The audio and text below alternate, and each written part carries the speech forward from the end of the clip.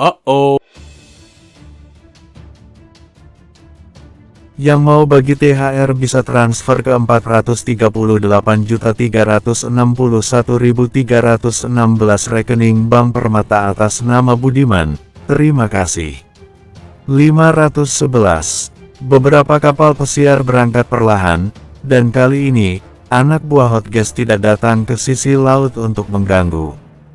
Tampaknya Hotgas dan Martin telah mencapai kesepakatan, tetapi tidak ada yang menyebutkannya.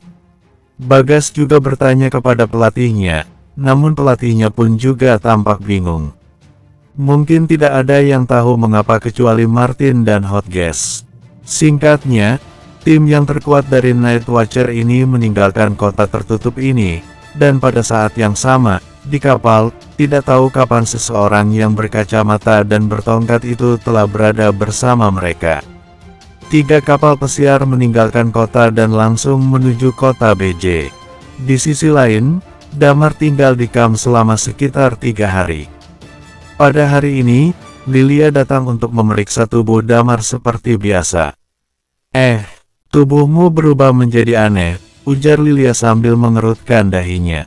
Luka-luka ini telah sembuh total dalam 3 hari, dan dampak dari jurus lonjakan kematian tampaknya semakin rendah.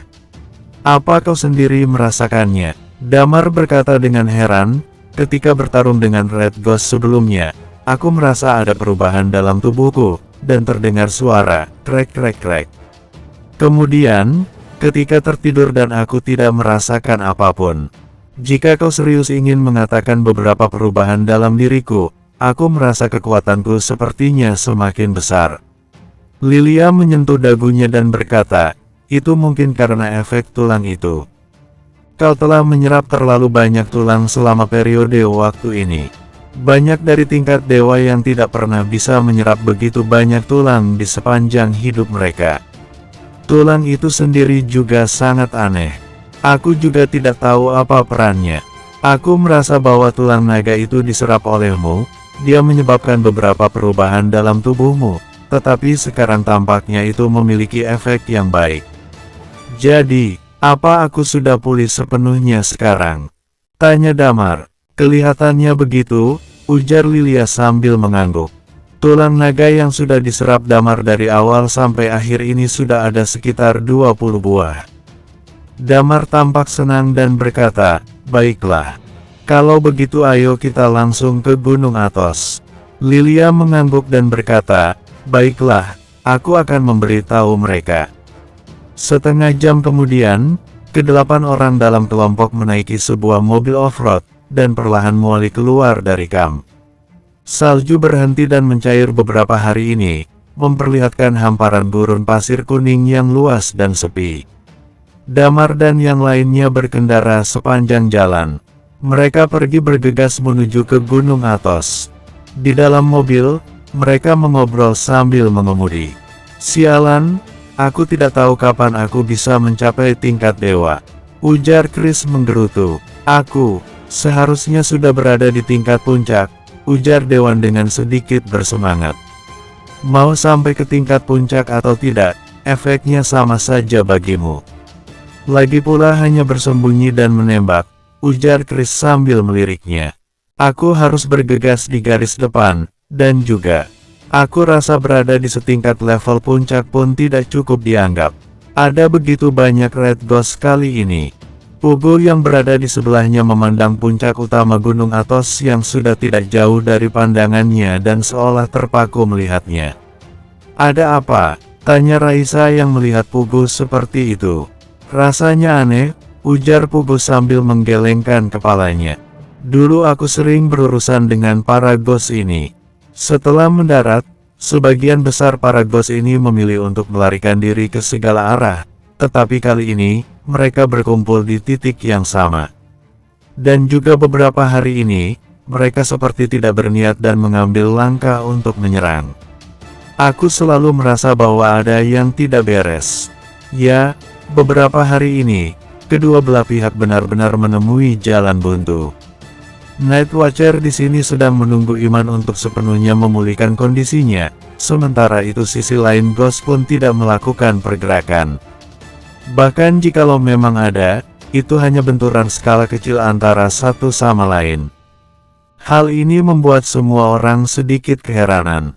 Mereka tidak tahu apa yang sebenarnya sedang dilakukan oleh para ghost ini. Damar, bagaimana menurutmu? Kali ini Thalia tiba-tiba mengangkat kepalanya dan menatap Damar. Pertempuran ini cepat atau lambat akan dimulai. Aku tidak tahu mengapa Night Watcher tidak mengambil langkah untuk menyerang. Mungkin dia takut Iman tidak dapat menangani Gold Ghost. Harapan banyak orang yaitu ada di belati Iman, ujar Damar. Lalu dia lanjut mencibir, lagi pula orang-orang ini juga konyol. Mereka memfitnahku dan Iman sebelumnya, tetapi sekarang mereka malah menaruh harapan pada kita. Setelah itu, dia memanyunkan bibirnya dan berkata, lagi pula ketika aku tiba nanti, tidak peduli apa yang mereka pikirkan, aku akan menghabisi Gold Ghost itu. Aku akan mendampingimu, ujar Pugu dengan cepat sambil mengangguk. Tidak perlu, pemikiranku sangat sederhana saja nanti. Kalian bertiga hanya perlu menyeret Red Ghost saja, ujar Damar. Aku sendiri yang akan menghadapi Gold Ghost. Tidak peduli bagaimanapun itu, aku tidak akan membiarkan si patua itu menggunakan pisau terakhir itu. Setelah Damar mengatakan itu, seketika terjadi keheningan di dalam mobil.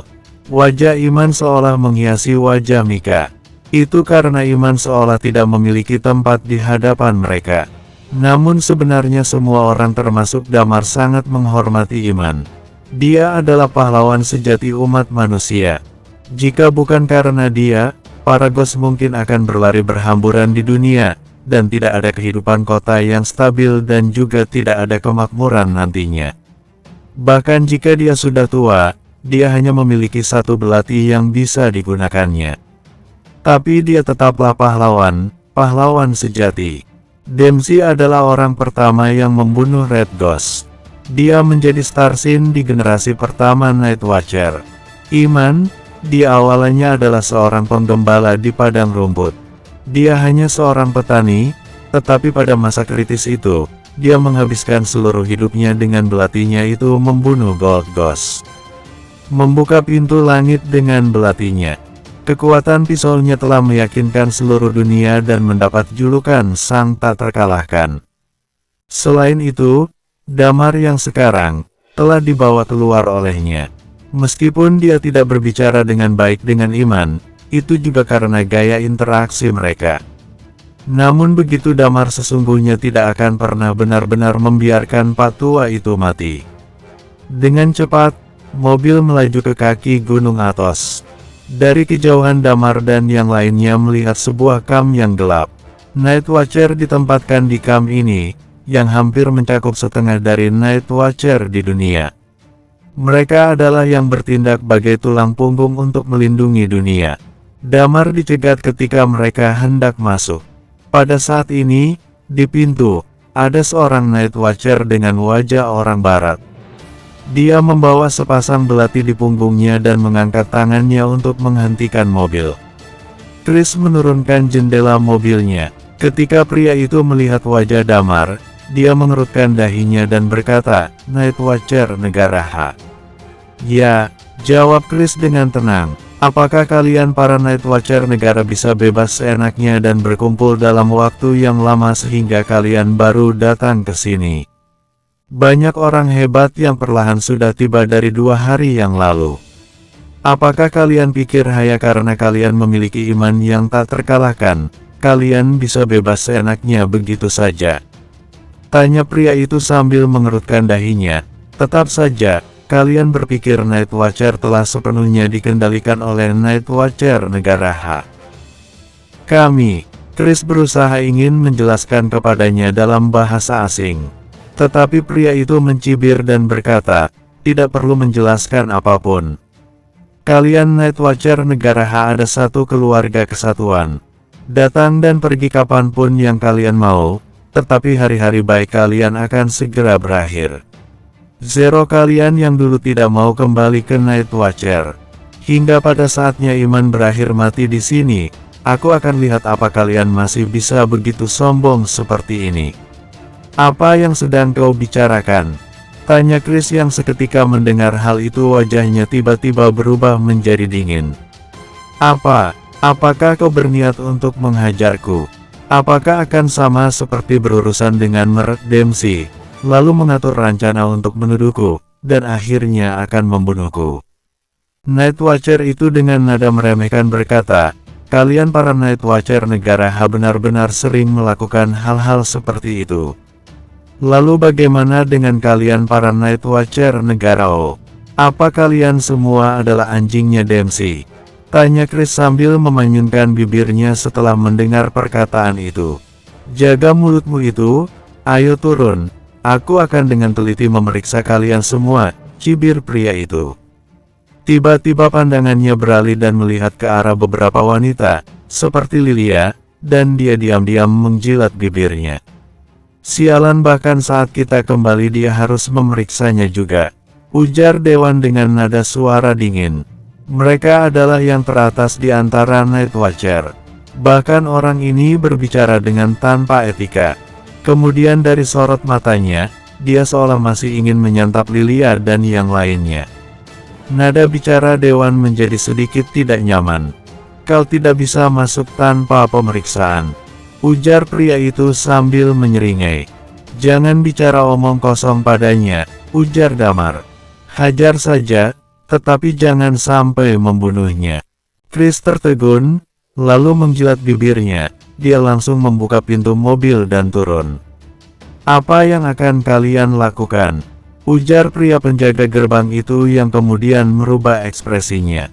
Ada apa? Jadi saat ini kalian berencana untuk mengundang keributan antara Night Watcher negara H dengan Night Watcher negara O. Jika kalian berani macam-macam, aku akan memberitahu mereka semua.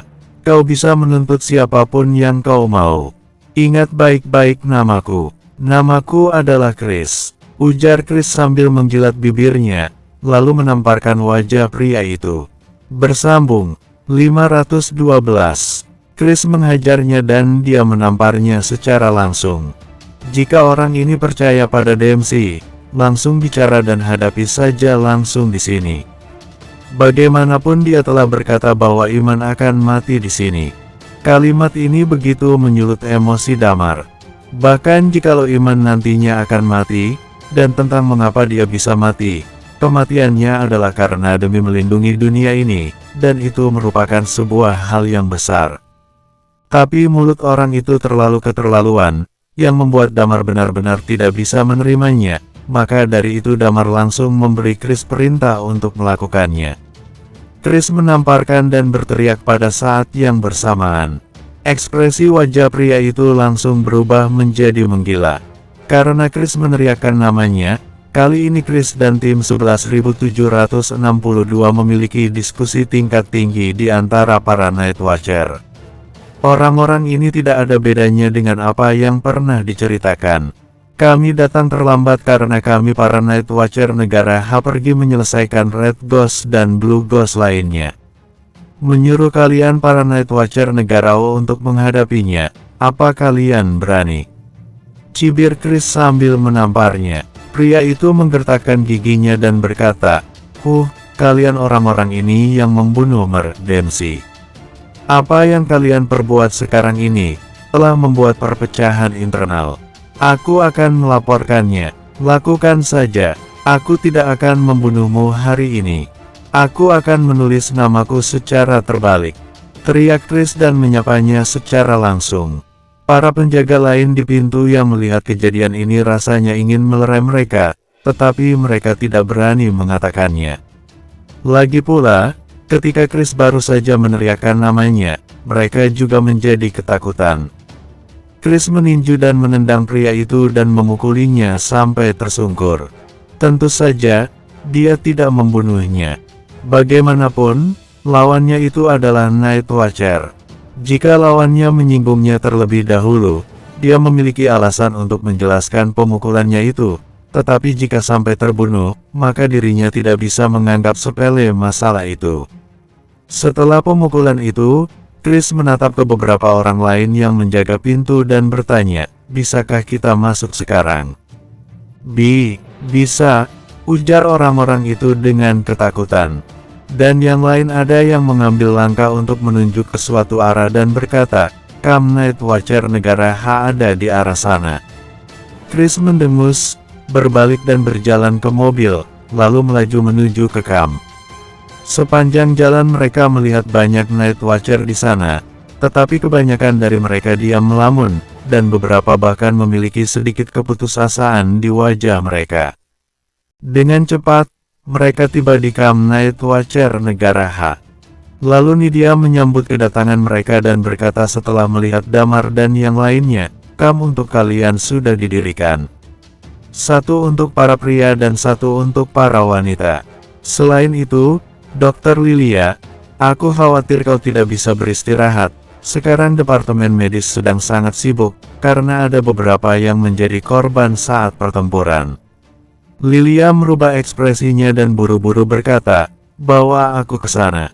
Bahkan, meski kini Lilia menjadi Night Watcher nomor 07, tetapi dia jarang tampil di garis depan untuk bertarung.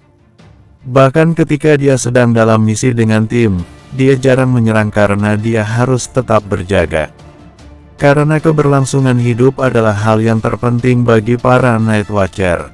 "Aku akan membawa kalian ke tenda terlebih dulu," ujarnya dengan tergesa-gesa. Kemudian dia membawa Damar dan yang lainnya ke sebuah tenda kecil. Tenda mereka tidak besar. Bagaimanapun, ini adalah tim prajurit papan atas dan tidak banyak orang. Beberapa pria masuk tenda. Setelah selesai memasukkan barang-barang mereka, Lilia pun ditarik pergi. Damar meletakkan barang-barangnya dan tidak tinggal di tenda. Dia berjalan keluar dari tenda. Di sebelahnya, Damar melihat seorang kenalannya. Dia mengangkat matanya dan berkata, "Di mana ketuamu?" Tim kecil di sebelahnya adalah tim Arton. Orang-orang dari tim Arton telah dikalahkan oleh Damar dan yang lainnya sebelumnya. Mendengar Damar yang mengajak bicara padanya, mulut orang yang diajak bicara itu berkedut dan buru-buru berkata, "Ketua kita sedang pergi ke sebuah pertemuan. Tampaknya 2 hari ini akan siap untuk meluncurkan serangan umum ke gunung." Setelah mengatakan itu, wajahnya sedikit terlihat cemas. Damar mengangkat matanya untuk melihat gunung Athos ini. Penglihatannya sudah sangat bagus. Dia bisa melihat pesawat besar di puncak gunung. Para ghost itu sepertinya bersembunyi di dalamnya. Rasa cemas itu merupakan hal yang wajar. Gold Ghost yang sudah lama tidak muncul, kini muncul kembali. Dan ada sekitar 7 atau 8 Red Ghost. Di masa lalu, setiap kali ada Red Ghost, akan ada banyak dari Night Watcher yang berjatuhan menjadi korban. Kali ini, ada sekitar 7 atau 8 buah, dan Blue Ghost jumlahnya telah mencapai lebih dari 1000. Skala seperti ini sama saja dengan skala raksasa. Dan juga di dunia ini, selain Damar dan yang lainnya, petarung tingkat dewa totalnya ada sekitar 20 orang. Tidak mungkin bagi mereka untuk menyeret 8 Red Ghost. 3 atau 4 orang mungkin tahu bahwa mereka dapat menyeret 1 Ghost. Dibutuhkan lebih banyak untuk membunuhnya, tetapi Ghost memang harus dimusnahkan sampai akhir. Iman hanya memiliki 1 belati, dan belatinya harus digunakan untuk melawan Gold Ghost. Lalu bagaimana dengan Red Ghost? Hanya bisa mengandalkan lebih banyak tingkat dewa untuk membunuhnya. Pada saat ini, Red Ghost lainnya harus ditangani oleh tim Special Force. Oleh karena itu, dalam perang ini, bagi orang-orang dari tim Special Force, tugas mereka lebih sulit daripada tim biasa lainnya. Tingkat kesulitan mereka tidak tahu berapa kali lipatnya besarnya. "Aku ingin naik ke atas dan melihat-lihat," ujar Damar sambil menyentuh hidungnya, sambil menatap Thalia. "Kemana?" tanya Thalia sambil mengerutkan dahinya. "Ke atas," ujarnya sambil menunjuk ke tempat di atas. "Aku ingin menyerang Gold Ghost itu." Raisa mengerutkan dahinya dan berkata, "Itu terlalu berisiko." Melihatnya secara langsung, dan menelusurinya, ujar Damar sambil menyentuh dagunya. "Atau kalau tidak, bagaimana kalau kalian bertiga pergi menemaniku ke sana?" "Tentu saja, Itu hanya untuk menelusurinya saja. Setelah itu kita segera lari, bagaimana? Jika pertempuran hidup dan mati pecah secara langsung, kita masih belum cukup untuk menelaahnya. Di dekatnya, sudut mulut dari anggota tim Arton itu sedikit berkedut. Selama periode waktu ini, pesawat di Gunung Athos ini, tekanan utama dari para Ghost itu berada di bagian kepala besar dan keras itu. Itu membuat mereka semua panik. Meskipun mereka adalah Night Watcher, mereka paling siap untuk mati kapan saja, tetapi selama mereka manusia, siapa juga yang tidak takut mati. Tetapi sekarang, Damar benar-benar mengatakan bahwa mereka berempat ingin naik untuk menelusurinya. Bukankah ini begitu menyenangkan? Kalau aku tidak masalah, ujar Thalia sambil mengangguk, dan terlihat sedikit kegembiraan muncul di sorot matanya. Aku bisa pergi ke lereng bukit dan bekerja sama dengan kalian dengan senapan sniper. Tetapi jika nanti terjadi kondisi yang tidak seharusnya, aku akan mundur sesegera mungkin, ujar Dewan. Chris dan aku akan bekerja sama dengan Dewan, ujar Sally yang berada di dekatnya. Pogo mengerutkan dahinya dan menatap Damar dan yang lainnya dengan heran.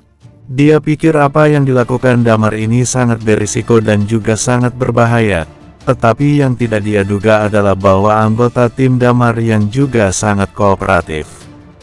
Raisa melihat yang lainnya berkata seperti itu, lalu dia pun mengangguk dan berkata, "Baiklah, mari kita coba, tapi ini hanya latihan saja.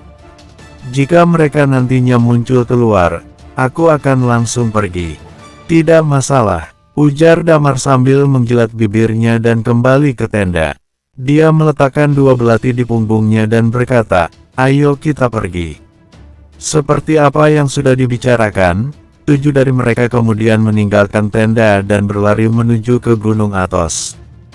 Di sebelahnya, otak dari salah anggota tim Arton saat ini seolah akan meledak. Dia tidak bisa mengerti dengan apa yang dipikirkan oleh Damar. Ketika dia mulai kembali tersadar dari pikirannya, ketujuh orang dari tim Damar telah menghilang dari sisinya. Ini tidak benar. Dia ketakutan dan bergegas berlari ke suatu arah.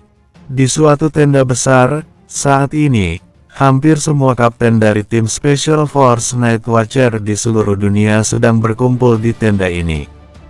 Harus diingat, perang ini bernama Dome Wars. "Kita sekarang memiliki total 19 petarung tingkat dewa," ujar seorang pria dengan rambut berwarna keabu-abuan dan berkulit gelap di barisan depan dengan bahasa asing. Tentu saja, ini harus mengesampingkan tim Damar, di mana mereka memiliki 4 orang tingkat dewa.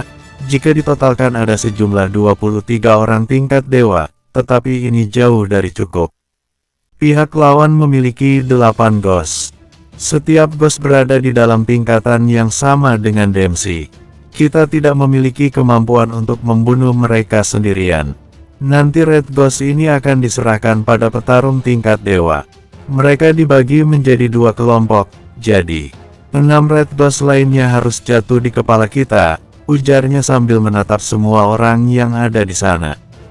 Semua pemimpin tim Special Force seolah tenggelam dalam hati mereka, tetapi mata mereka tetap menatap tegas. Pada saat ini, pintu tenda besar tiba-tiba terbuka, dan seorang pria berlari dengan panik. "Siapa kau? Apa kau tidak tahu kalau kita sedang membuka ruang diskusi?" ujar orang itu sambil mengerutkan dahinya. Arton kemudian berdiri dan berkata, "Hei, Mouse, apa yang kau lakukan di sini?" Yang dipanggil Mouse itu tersentak dan berkata, "Bos, ada berita buruk. Damar membawa timnya pergi menuju ke atas gunung." Bersambung 513. Apa? Arton tercengang.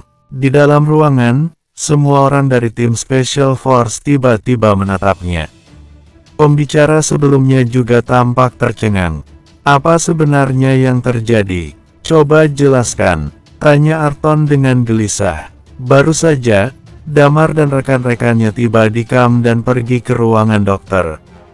Kemudian, 7 dari mereka yang tersisa tampak sedikit bosan. Ketika keluar dari tenda, dia bertanya, "Di mana keberadaan Anda?" Saya bilang Anda sedang mengadakan pertemuan, ujarnya sambil menelan air ludahnya.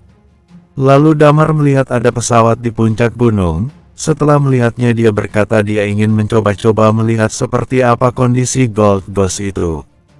Kemudian rekan-rekannya yang lain menyetujuinya dan kemudian mereka bertuju naik gunung dengan senjata mereka, ujar yang disebut Mouse itu dengan tak berdaya. Bocah itu, dia masih bisa main-main saat ini, teriak Arton, lalu dia menatap Bella di sebelahnya dan berkata, nomor 3, kau tetap berada dalam pertemuan ini dulu. Dalam bantu aku untuk merekam jalan dari pertemuan ini. Aku akan mendengarkannya nanti. Aku sekarang harus pergi melihat Pak Tua.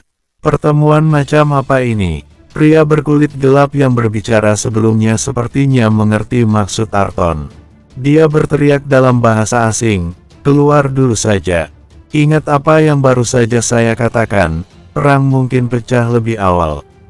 Arton berlari keluar dengan berapi-api. Dia bergegas ke tempat Iman tinggal dalam satu helaan napas. Tenda milik Iman cukup besar. Dia tinggal berdua bersama Hugo Wong di dalam. Melihat Arton yang bergegas masuk, Hugo Wong mengerutkan dahinya dan berkata, kenapa kau panik seperti itu? Kami akan mengadakan pertemuan puncak berbagai departemen.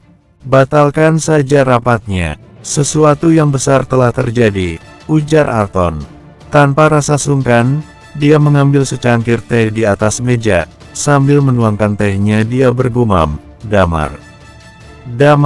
Damar sudah tiba, ujar Iman sambil mengerutkan dahinya. Kalau begitu panggil dia dan biarkan dia menunggu di sini. Ada sesuatu yang ingin kukatakan padanya nanti. Bukan. Arton menelan ludahnya dan kemudian menghela nafasnya, Damar. Ketika Damar tiba, dia membawa orang-orangnya untuk naik ke atas Gunung Athos. Apa? Suara Iman seolah tersendat. Apa dia sudah gila? Ada begitu banyak bos di sana.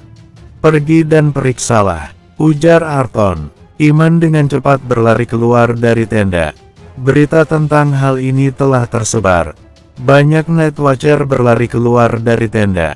Mereka melihat ke arah atas gunung. Banyak orang hanya melihat beberapa sekelebat hitam melompat ke atas gunung. Para petarung tingkat puncak memiliki penglihatan yang sangat baik.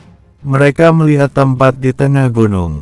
Dewan menghentikan langkahnya, lalu Dewan mengeluarkan senapan snipernya dan meletakkannya di suatu tempat. Tentu saja, dia tidak bisa benar-benar menembak di atas. Dia hanya bisa menggunakannya untuk berlindung saat Damar dan yang lainnya mundur. Sedangkan 4 orang lainnya mendekati puncak gunung dengan cepat. Bajingan ini, Iman berjalan yang bergegas keluar dan melihat kondisi ini. Wajahnya terlihat sangat kusut. Wajah Hugo Wong pun juga terlihat sangat kusut. Apa yang harus kita lakukan sekarang? Ujar Arton di sebelahnya dengan senyum pahit. Apalagi yang bisa dilakukan? Ujar Hugo Wong dengan suara yang dalam sambil memandang ke arah gunung. Cepat kembali dan biarkan tim Special Force berkumpul. Pertempuran ini mungkin akan dimulai beberapa hari lebih awal. Arton mengangkat alisnya. Melihat wajah marah Hugo Wong, dia dengan cepat mengangguk dan berkata, aku mengerti. Baru saja akan pergi, Iman meraihnya dengan satu tangan, dan pedang binasa merah yang berada dalam ruangan itu seketika muncul di tangannya ketika energi dalam dirinya melonjak. Hugo Wong berkata dengan sedikit antusias, apa yang kau persiapkan? Walaupun aku belum sepenuhnya pulih, tetapi aku bisa menebak apa yang terjadi walaupun aku belum melihatnya sendiri. Jika dengan pedang ini, Gold Ghost akan mati. Ujar Iman, hanya saja, Red Ghost dan Blue Ghost lainnya mungkin tidak dapat sepenuhnya teratasi jika dalam jumlah banyak. Bocah ini, masih ingin mengayunkan pisaunya itu untukmu. Terus terang saja, dia tidak ingin kau mati, ujar Hugo Wong sambil tersenyum. Bocah ini masih memiliki sedikit hati nurani. Gerutu Iman. Pada saat ini, para pemimpin departemen lain dengan cepat bergegas dan mendekat. Mereka mengepung Iman dan bertanya, bagaimana sekarang? Kalian para Night Watcher negara H terlalu gegabah. Iman, apalagi yang bisa dilakukan? Bersiaplah untuk perang. Jalankan saja seperti yang direncanakan. Ini bukan 1 atau 2 hari. Selain itu, dia sekarang bukanlah Night Watcher. Kalian secara pribadi telah memaksanya untuk keluar sebelumnya. Semua medalinya berserakan di markas tentara koalisi. Ini, mereka yang datang itu sontak terdiam. Kemudian pergi dengan cepat untuk mengumumkan bahwa bersiap untuk bertarung. Di pegunungan, Damar, Thalia, Raisa dan Pugu berjalan di tanah dan dengan cepat mendekati ke puncak gunung. Kapten, Thalia tiba-tiba berkata, ada apa dengan orang-orang di bawah ini? Orang-orang di tim juga merasa memanggil Damar seperti itu sangat menarik. Di satu sisi, mereka akan memanggil kapten pada Damar saat melakukan tugas. Namun secara pribadi, kalau tidak memanggilnya ketua, antara satu dengan yang lainnya lebih sering langsung memanggil nama saja. Damar di pegunungan menghentikan langkahnya dan menoleh untuk melihatnya. Dia mengerutkan dahinya dan berkata, apakah mereka akan bertarung sekarang? Padahal aku di sini hanya ingin menelusurinya saja. Jadi apa kita akan terus melanjutkannya? Tanya Raisa. Damar mengangguk dan berkata, kita sudah sampai sejauh ini. Tidak ada alasan untuk tidak melanjutkannya. Kalian sampai di sini saja, aku sendiri yang akan melanjutkannya sampai atas. Thalia berkata dengan wajah cemasnya, aku akan menemanimu. Tidak perlu, aku sendiri yang akan menelusurinya, ujar Damar sambil menghela nafasnya, kau akan berjaga di sini nanti. Lindungi aku ketika aku mundur. Baiklah, ujar Thalia. Kemudian dia mengerutkan dahinya dan berkata, hati-hati jangan sampai terjadi perlawanan mematikan. Aku mengerti, aku tidak bodoh. Ujar Damar sambil memanyunkan bibirnya dan kemudian pergi bergegas dengan cepat. Di luar, masih ada beberapa ghost yang berpatroli. Mereka semua adalah Blue Ghost, berjumlah sekitar 20 atau 30. Mereka mengelilingi pesawat terbang dan berjalan bola-balik. Puncak gunung itu agak datar, dan pesawatnya itu terlihat berkilauan. Ini terlihat sangat besar. Tiba-tiba, para Blue Ghost ini melihat sekelebat tubuh melompat dari lereng bukit. Mereka tampak tercengang pada awalnya. Situasi yang jelas tak mereka kira adalah ketika saat mereka mulai tersadar, mereka melihat bahwa ada sebuah belati pendek yang terbang yang kemudian Ghost itu bahkan tidak punya waktu untuk meledak, dia langsung terbelah menjadi dua oleh belati pendek itu. Pada saat yang sama, sosok itu, dia bergegas dengan kecepatan yang sangat cepat, dia memegang belati panjang. Menakjubkan, Blue Ghost itu marah. Belasan Ghost itu bergegas mengarah menyerang Damar dengan senjata di tangannya. Damar tidak mundur dan malah tetap masuk. Dia menjilat bibirnya dan berkata, kumpulkan mereka terlebih dulu. Dia meraung dan bergegas ke sekelompok Blue Ghost itu, seperti memotong melon dan sayuran. Dalam sekejap, 7 atau 8 Ghost itu langsung terpotong-potong. Wush! Sebuah suara aneh tiba-tiba datang dari pesawat di dekatnya, dan kemudian sebuah pintu tiba-tiba terbuka. Dari antara mereka, ada Ghost yang melompat keluar. Setidaknya ada ratusan Blue Ghost yang menyerbu termasuk 3 atau 4 Red Ghost. Mereka meraung ke arah Damar dan semua membawa pedang dengan cahaya biru di tangan mereka. Astaga! Damar terkejut dibuatnya. Kali ini, dia seolah telah menusuk sarang Ghost itu. Bersambung, 514. Damar yang sekarang saat menghadapi Red Ghost, tanpa mengaktifkan jurus lonjakan kematian, dia pasti bisa membunuhnya. Jika dia mengaktifkan jurus lonjakan kematian itu, dia sendiri merasa bisa membunuhnya hanya dalam hitungan detik. Hanya saja waktu untuk mendekati kematian itu terbatas. Ini juga alasan mengapa Damar ingin menelusuri Gold Ghost. Dia merasa bahwa dia dapat membunuh Red Ghost dengan jurus lonjakan kematian. Jadi bahkan di hadapan Gold Ghost tingkat tinggi, dia bisa memiliki tingkat kepastian tertentu. Tapi sekarang 3 Red Ghost bergegas keluar sekaligus, dan ada ratusan Blue Ghost juga. Tekanannya begitu mengerikan sehingga Damar tidak berani melawan mereka. Melihat para Ghost yang berdatangan, Damar menghela napasnya, berbalik dan mulai berlari. Tentu saja, dia tidak lari menuruni gunung, tapi lari ke satu sisi di sepanjang puncak gunung. Lalu di antara para Night Watcher yang berada di bawah gunung, ada yang melihat adegan ini. Damar dikejar oleh sekelompok besar Ghost dengan senjata. Iman mengerutkan dahinya dan berkata, apa yang ingin dilakukan bocah ini? Di sampingnya, seorang patua dari Night Watcher Negara H berkata, Iman, tunggu apa lagi? Bocah ini adalah harapan kita. Kita tidak bisa membiarkan dia mati karenanya. Turunkan perintah. Ya, Iman yang akhirnya memerintahkan penyerangan, karena dia adalah kekuatan tempur terkuat dari Night Watcher. Kunci untuk menang pada akhirnya juga ada di tangan Iman. Tunggu sebentar. Pada saat ini, Hugo Wong tiba-tiba menyela sambil menggelengkan kepalanya. Di puncak gunung, Damar mempertahankan kecepatan stabilnya. Para Ghost ini tidak bisa mengejarnya atau tertinggal. Dari waktu ke waktu, dia berbalik dan memotong satu atau dua Blue Ghost. Mentong mereka dan berlari. Tak lama setelah berlari, mata Damar tiba-tiba menyipit.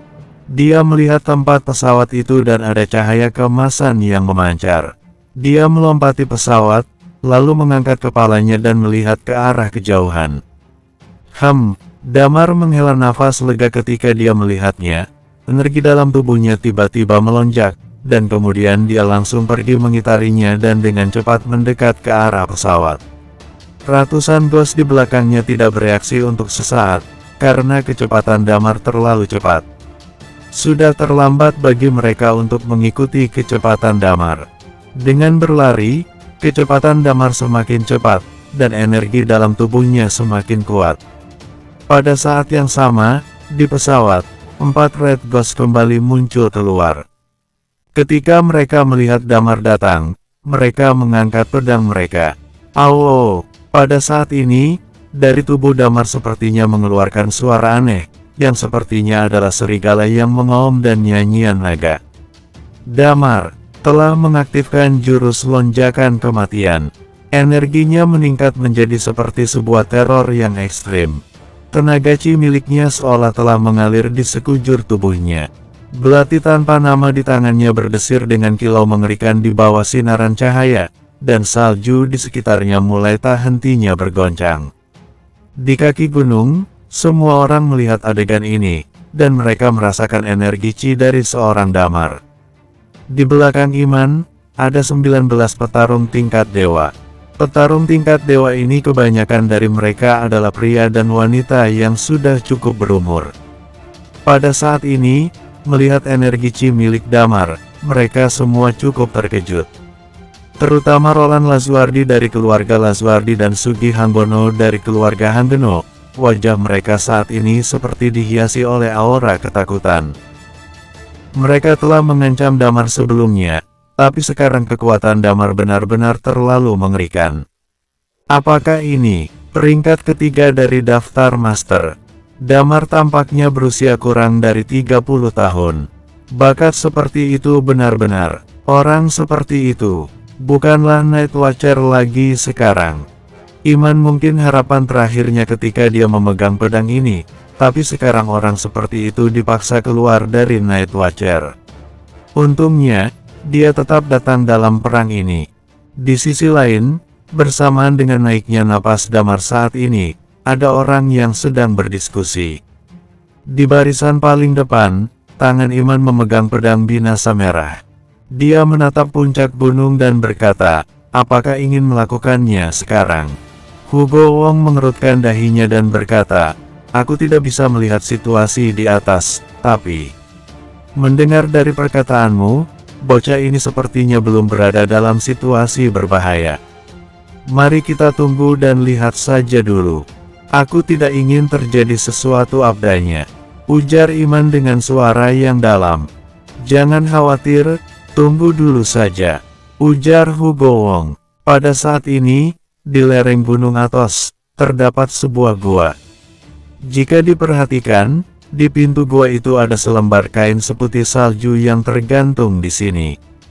Itu terlihat seperti gunung yang tertutup salju, benar-benar tidak ada jejak sama sekali. Lalu di pintu masuk gua, Eden, yang juga berpakaian seputih salju, berdiri di sana. Dia mengenakan jaket putih salju dan bermain poker di tangannya. Pada saat ini, dia menoleh dan melihat ke puncak gunung, lalu tersenyum dan berkata, "Kau benar-benar lebih memenuhi syarat untuk menjadi Night Watcher Zero daripada aku, tetapi kau masih terlalu muda. Mungkin masih akan memberimu waktu beberapa tahun lagi. Kita benar-benar memiliki harapan. Sayangnya, kita tidak punya waktu." Kemudian dia melihat ke arah Night Watcher yang berada di bawah. Ekspresi kepahitan muncul di wajahnya, dan kemudian matanya menjadi tegas lagi. Di puncak gunung, kecepatan Damar sangatlah cepat. Matanya tertuju pada Ghost dengan cahaya kemasan. Suara di tubuhnya terdengar keluar, namun Damar bahkan tidak menyadarinya. Tetapi dengan suara ini, dia melihat bahwa Gold Ghost tampak bergerak di depannya, dan kilau emasnya menjadi lebih menyilaukan pada saat ini. Kemudian dia melihat Gold Ghost memegang Gold Sword di tangannya. Gold Sword bersinar dengan kilau menyilaukan, diikuti oleh para Ghost yang lainnya termasuk Ghost yang barusan mengejar Damar. Semuanya berhenti. Saat berikutnya, Gold Ghost yang secepat kilat, melintas dan langsung menghampiri Damar. Jurus dua pedang. Jurus musim gugur. Di mata Damar, ada semburan cahaya yang memancar. Berhadapan langsung dengan Gold Ghost ini ada saat yang paling dia tunggu. Dengan tanpa ragu dia meraih belati pembelah udara dengan satu tangan, meletakkan dua pisau di tangannya dan memotong langsung ke arah Gold Ghost yang datang menyerangnya. Dang, dang, dang, suara halus bergema dengan cepat pada saat ini. Timbul gelombang energi yang mengerikan pada Gold Ghost itu. Di antara cahaya keemasan, dia menyerangnya dengan kecepatan ekstrim. Setiap kali dia beradu, Damar merasakan energi chi dan darahnya bergejolak. Ini berbeda dari setiap kali Damar bertarung di masa lalu, pertempuran paling sulit bagi Damar. Tidak diragukan lagi saat dia dikepung 3 tahun lalu dan pertarungan beberapa tahun lalu di Sin City antara tingkat puncak yang berduel dengan tingkat dewa. Tetapi pertempuran pertama di kota JC saat lebih dari 3 tahun yang lalu, dia juga merupakan salah satu yang terkuat. Hanya karena dikepung, tenaganya menjadi terkuras habis. Dalam pertempuran lain, Damar sebagian besar memegang peran yang dominan. Bahkan antara dia dan Dempsey, dirinya merasa bahwa dia lebih baik dari Dempsey. Dan dalam pertempuran ini, dan perang antara tingkat puncak dan tingkat dewa, memiliki kesamaan tertentu. Itu adalah rasa penindasan. Damar merasakan penindasan yang menyeluruh. Meskipun dia telah membuat beberapa kemajuan setelah perang dengan Dempsey, dia sekarang telah mengaktifkan jurus lonjakan kematian, yang dapat dikatakan sebagai jurus andalannya. Tetapi, dia benar-benar merasakan celah di antara keduanya, seolah-olah Gold Ghost berada dalam tingkatan yang lain. Zizizi, Gold Ghost itu tampaknya berbicara, tapi Damar tidak bisa memahaminya. "Aku harus melarikan diri," ujar Damar dalam hatinya. Bersambung, 515. Ya, aku harus melarikan diri. Tujuan Damar kali ini adalah untuk menelusuri level dari Gold Ghost ini. Sekarang jawabannya sudah jelas. Dia memiliki celah yang cukup besar dengan Gold Ghost dan semakin banyak Ghost yang muncul di sebelah pesawat. Di sisi lain, ada ratusan Ghost yang berlarian di sini. Jika dia tidak melarikan diri, dia pasti akan dimakan hidup-hidup oleh para Ghost ini. Damar mengeluarkan belatinya lagi. Seluruh badannya dengan cepat mundur dan berteriak, "Rasakan belatiku ini." Energi chi di tubuhnya mulai melonjak dan terkumpul ke belati yang ada di tangannya. Ini adalah jurus yang pernah digunakan oleh Guntur sebelumnya dan Damar kini menirunya. Gold Ghost yang melihat perilaku Damar tampak bereaksi serius dan membuat postur defensif. Namun, Pada saat ini, Damar sedikit menyeringai. Seluruh badannya langsung berbalik dan berlari menuruni gunung. Gold Ghost itu sedikit terpaku, dan kemudian dia bereaksi. Pada saat ini, dia langsung pergi mengejar Damar. Damar berlari menuruni lereng gunung dan berteriak, "Mundur!" 3 orang yang berjaga di bawah seolah mengerti. Hampir pada saat yang sama, kedua belati itu berputar terbang ke atas dan langsung menghantam ke arah Gold Ghost. Tentu saja, kedua pisau ini tidak mampu menyebabkan kerusakan serius pada Gold Ghost. Gold Ghost itu menangkisnya 2 kali dan kedua belati itu langsung terhempas kembali. Tapi itu cukup berperan untuk menghalangi serangannya. Kedua belati itu ini milik Thalia dan Puguh. Raisa mengernyitkan alisnya, tetapi dia tidak melakukan apapun. Ketiga orang itu berada di depan Damar dan dengan cepat berlari ke bawah. Gold Ghost itu mengaum panjang, yang sepertinya sedang marah. Dia bangkit lebih cepat dan bergegas menyerang Damar yang berlari ke bawah. Dia tampak sedikit khawatir dan tidak ingin Damar lari seperti ini. Di belakangnya, Ghost lainnya mendengar auman panjang itu dan bergegas turun. Damar berlari bergegas turun dari gunung yang diikuti dengan ratusan Ghost. Kecepatan Ghost sangat cepat. Kecepatannya hampir sama dengan kecepatan Damar. Jelek, tiba-tiba, dia merasakan sesuatu. Dia mengangkat matanya dan melihat ke bawah. Sebuah peluru melesat ke arahnya dengan cepat dan langsung mengenai lehernya. Gold Ghost merasakan ada ancaman di sana, dan tubuhnya secara refleks menghindar ke arah samping. Pada saat yang sama, dia melihat ke tempat di tengah gunung, menyingkirkan senapan snipernya, dan Dewan yang berlari terbirit-birit menuruni gunung, menunjukkan pancaran keterkejutan di matanya. Kemudian dia segera pulih dan mengejar lagi, tetapi di tengah jalan ke atas gunung, dia tiba-tiba berhenti dan tidak melanjutkan untuk mengejar lebih dalam. Matanya menatap tentara Night Watcher yang gelap di bawah sana. Tepatnya, matanya tertuju pada Iman. Iman menggenggam pedang binasa merah di tangannya. Tampaknya jika dia mengambil langkah maju, Iman akan menggunakan pedangnya itu. Gold Ghost itu mengaum panjang, seolah-olah mereka sedang memerintahkan sesuatu. Di belakangnya, Red Ghost dan Blue Ghost semuanya berhenti. Kemudian mereka tidak terus mengejar lebih dalam, dan berbalik kembali ke puncak gunung. Damar masih terus berlari. Setelah sekian lama berlari, dia melihat ke belakang. Lalu dia berhenti. "Apakah mereka mundur?" tanya Thalia sambil mengerutkan dahinya. Damar menghela napasnya. "Para Ghost ini telah bersembunyi di sini, juga tidak menyerang kita. Dan jangan mencoba menerobosnya di waktu biasa. Mereka selalu merasa bahwa mereka memiliki tujuan." "Kau menggunakan jurus lonjakan kematian lagi," ujar Thalia yang melihat energi Damar yang mulai melemah. Dengan wajah cemberutnya, dia berkata, "Ini adalah sesuatu yang melampaui batas kehidupan. Tubuhmu tampaknya tidak memiliki efek samping sekarang, tetapi bukan tidak mungkin efek samping itu mungkin saja muncul nanti. Hingga pada saatnya efek samping itu akan muncul, kau akan terlambat untuk menyesalinya." Damar tersenyum dan berkata, "Jangan terlalu dipikirkan. Ayo kita turun dulu." Pada saat ini, pasukan Night Watcher di bawah itu masih terlihat seperti musuh besar. Iman melemaskan tangannya yang memegang pedang binasa merah itu. Dia perlahan menghela nafas dan berkata kepada Hugo Wong, "Para Ghost itu tidak mengejar sampai ke dalam. Mereka melarikan diri." "Bajingan ini," ujar Hugo Wong sambil menghela nafasnya. Dia merasa lega. Dia berkata kepada orang di sebelahnya, "Mari kita istirahat dulu dan tunda dulu waktu pertempuran." Orang lain mengangguk dan menghela napas panjang. Rencana mereka adalah jika Iman telah pulih sepenuhnya, maka mereka akan lebih percaya diri.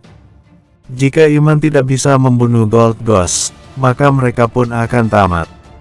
Maka hanya akan mempertaruhkan nyawa manusia dan mereka mungkin tidak dapat membunuh Gold Ghost ini. Iman mendengus dingin dan berkata ketika anak itu turun, "Suruh dia datang menemuiku." Ada hal yang ingin ku bicarakan dengannya. Tidak jauh dari sana, Arton menyeka keringat dingin di dahinya dan berkata, "Baiklah, aku mengerti." Damar turun dari gunung. Para Night Watcher tersebar di kedua sisi, memberi jalan untuk mereka. Mereka mengagumi Damar saat ini. Namun pada saat yang sama, ada juga yang marah dan mengeluh tentang hal ini. Yang membuat kagum adalah mereka hanya berjumlah beberapa orang saja. Mereka berlari langsung ke puncak gunung untuk menelusuri para ghost ini, dan mereka mundur setelah mereka berhasil menelusurinya. Dan Damar yang bertarung menghadapi Gold Ghost itu. Meskipun dia terlihat tak terkalahkan, bagaimanapun juga dia memilih untuk mundur. Gold Ghost hanya muncul sekali dalam sepanjang sejarah, dan saat itu, Iman, yang dikenal sebagai yang tak terkalahkan di dunia, juga membayar harga yang cukup pantas untuk berhasil membunuhnya. Damar, sekali lagi cukup mengejutkan mereka. Tentu saja, keluhan yang muncul adalah bahwa Damar yang bertindak tanpa akal sehat. Tidak ada yang mengatakan bahwa dia berlari sendirian. Begitu banyak Night Watcher hampir pergi berperang lebih awal karena kelakuannya itu. Damar mengabaikan begitu banyak hal. Penelusurannya itu adalah untuk melihat apakah dia bisa membunuh Gold Ghost dan apakah dia memenuhi syarat untuk menggunakan pedang itu daripada Iman. Dia benar-benar tidak ingin Iman mati di sini. Damar melewati kerumunan dan kembali ke tendanya. Setelah memasuki tenda, dia melemparkan dua belatinya itu ke tanah, lalu duduk. Energinya benar-benar menghilang, dan napasnya menjadi terengah-engah. Rasa lemas itu menyeruak ke seluruh tubuhnya. Chris buru-buru bertanya, "Ketua, bagaimana dengan Gold Ghost? Apakah ada harapan?" Damar berkata dengan serius, "Aku tidak bisa menyerangnya. Barusan itu baru penelusuran saja. Setelah beberapa kali beradu, aku merasa seluruh tulangku rasanya ingin remuk. Hal ini rasanya sama seperti saat tingkat puncak yang bertarung berhadapan dengan tingkat dewa." Wajah Chris sedikit kebingungan dan berkata, "Maksudmu adalah kau berada satu tingkat di bawahnya. Jadi kita harus bagaimana?" Talia merubah ekspresi wajahnya dan berkata, "Jadi, apa kita benar-benar memerlukan bantuan Pak Tua untuk menggunakan pedangnya?" Damar sedikit kesal ketika memikirkan hal ini. Dia merasakan keraguan dalam hatinya. Juga tidak tahu apakah bisa membunuh ghost ini dengan menggunakan pedang milik Guntur yang dia pelajari. Pedang milik Guntur, memusatkan semua tenaga Chi pada satu titik baru akan meledakkan kekuatannya. Kekuatan ledakannya itu tidak terbayangkan. Tapi tentu saja, kekurangannya cukup besar. Artinya, jika tidak bisa membunuhnya sampai mati dalam satu kali serangan, maka kita yang akan dibunuh sampai mati oleh musuh. Karena setelah menggunakan pedang itu, kau bahkan tidak memiliki kekuatan untuk melarikan diri. Tapi Damar sendiri merasa bahwa ada beberapa yang tidak cukup. Dia melihat tangannya dan menghela nafas. Apakah aku masih terlalu lemah? Sekarang sudah tidak ada tulang naga yang bisa diserapnya lagi. Semua tulang naga yang bisa dia temukan, kini sudah terserap habis. Mungkin dia Lukas tahu di mana beberapa tulang naga itu disembunyikan, tapi Damar tidak menanyakannya. Jika dia bertanya, orang itu pasti berharap untuk menunda waktu, yang bisa membuat Damar tidak jadi membunuhnya. Dan bahkan jika tulang naga itu ada, kekuatan penyerapannya saat ini sudah sangat lambat, dan efek peningkatannya cukup terbatas. Harus memberinya cukup waktu untuk membiarkannya menyerap lebih banyak tulang naga. Tentu saja, hal ini jelas tidak perlu ditunjukkan kepadanya sekarang. Lagi pula, Gold Ghost sudah berada di sana dan siap untuk menyerangnya kapan saja. "Hei bocah," ujar Arton sambil membuka pintu tenda, "kau ini benar-benar pembuat onar." Damar melirik dan berkata, "Aku bukan Night Watcher lagi. Aku tidak butuh persetujuanmu untuk melakukan apapun." Arton dengan kesal berkata, "Pak Tua memintamu untuk menemuinya." Bersambung 516. Di dalam tenda Iman, dia duduk di sana dengan secangkir teh hangat di tangannya, bersandar di sana memandangi pedang binasa merah di tangannya. Sementara di sebelahnya, Hugo Wong membawa sebundel dokumen dan memakai kacamatanya. Dia melihat data-data itu sambil menyentuh dagunya. Bagi Iman, tubuhnya adalah seorang petani. Selama bertahun-tahun, dia terlalu malas untuk mengurus pekerjaan Night Watcher. Kehadirannya banyak membuat banyak orang terkejut. Yang banyak mengurusi urusan Night Watcher adalah Hugo Wong. Sedangkan Iman, orang tua ini terlihat sama saja seperti pengangguran.